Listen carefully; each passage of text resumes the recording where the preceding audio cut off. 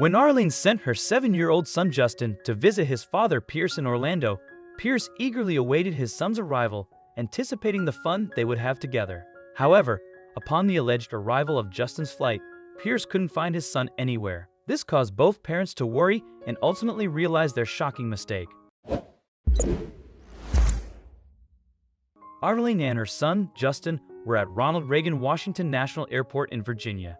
The 7-year-old was about to board a flight to Orlando, Florida, where his father, Pierce, awaited him. It was the first time he had traveled as an unaccompanied minor, but luckily, the airline attendant made her feel safe. "It's going to be all right, Mrs. Cardigan.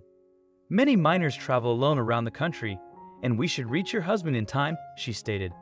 "He'll have an escort, and this flight is best because there are no connections. Everything will be perfect." Arlene nodded, her face filled with emotion. Justin might be growing, but he was still a child. It was hard to let him go, mainly because he hadn't seen his father in years.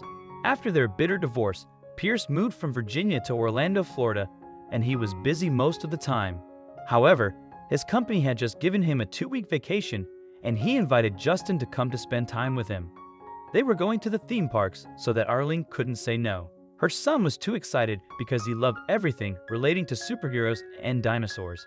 It was his dream, but now she was almost regretting it. "Oh, Justin, you're going to with this lady and get on the plane. Listen to the adults around. Don't run off from your escort and you'll reach your dad soon. When you land in Orlando, you call me immediately. And then call me again when you meet your father. Understand?" she requested, kneeling in front of the kid and holding his arms tenderly. "Yes, Mom," he replied, smiling and doing a makeshift military salute. This kid had a great sense of humor. He was going to love that trip. "Och, love you. Go on," she continued and watched as Justin grabbed the attendant's hand and entered the gate. She thought about leaving but sat down at an airport cafe. She was going to wait for the plane to take off, but once she saw that the flight had taken off, she decided to stay and wait for Justin's call if anything happened. After all, the flight was less than 2 hours long. The time would pass quickly. Meanwhile, Pierce was waiting for Justin at Orlando International Airport, and he couldn't wait. He was just as excited as the kid to see all the attractions at the park. It was crazy that he had lived in the city for years, but had yet to attend. His work kept him way too busy. This trip was going to be amazing. He arrived an hour before Justin's flight and went to the arrival area to wait for him. Finally, the flight landed, and Pierce got closer to the gate so his son could see him immediately. "I should have made a sign," he muttered to himself as he saw other people waiting for their loved ones. It was too late now. He stayed in the front at all times. However, many passengers came out, and there was no Justin. According to the unaccompanied minor service, Arlene said that he would have top priority. So, someone should have brought him out already. He didn't want to call her yet to avoid worrying her. Maybe Justin had to go to the bathroom, which could explain the delay. He would wait for a while. But at one point, no other passengers were coming out of the arrival area. It had been an hour since the plane landed. It shouldn't take that long. He approached someone from the airline and started asking questions.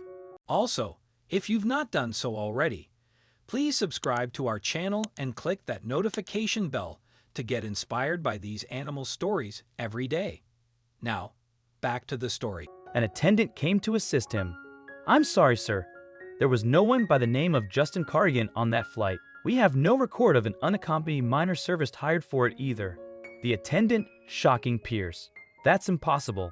Please, check again," he demanded, trying to stay calm, but the sweat on his forehead gave away his fears.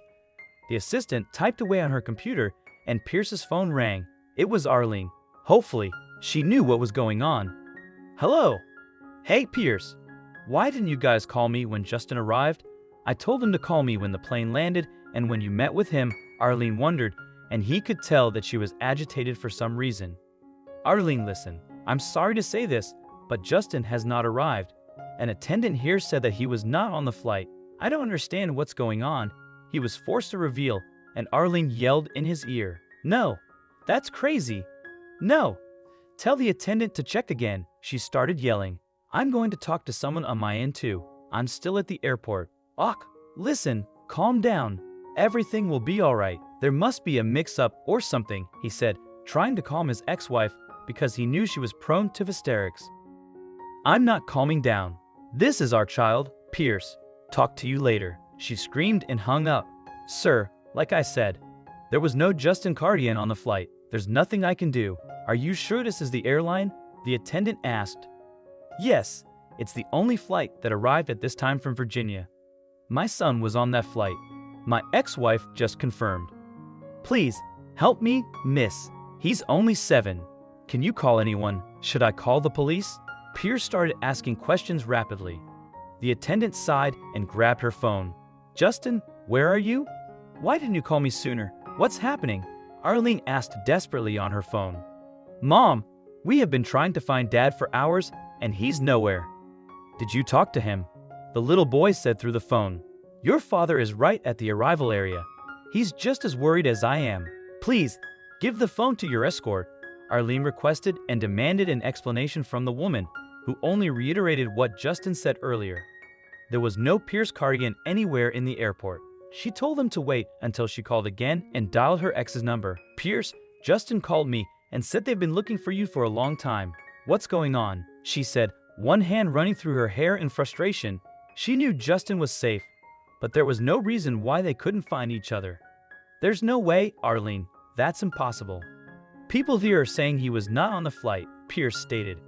How is that possible? Arlene wailed, almost starting to cry from the worry and exasperation. But something occurred to her at that moment. Give me a second. She went to her emails where she had sent Pierce the flight details. However, she had written them instead of sending a screenshot, and she suddenly realized her big mistake. Pierce, she started, again putting the phone in her ear. Where are you? What do you mean? I'm at Orlando International Airport. Why?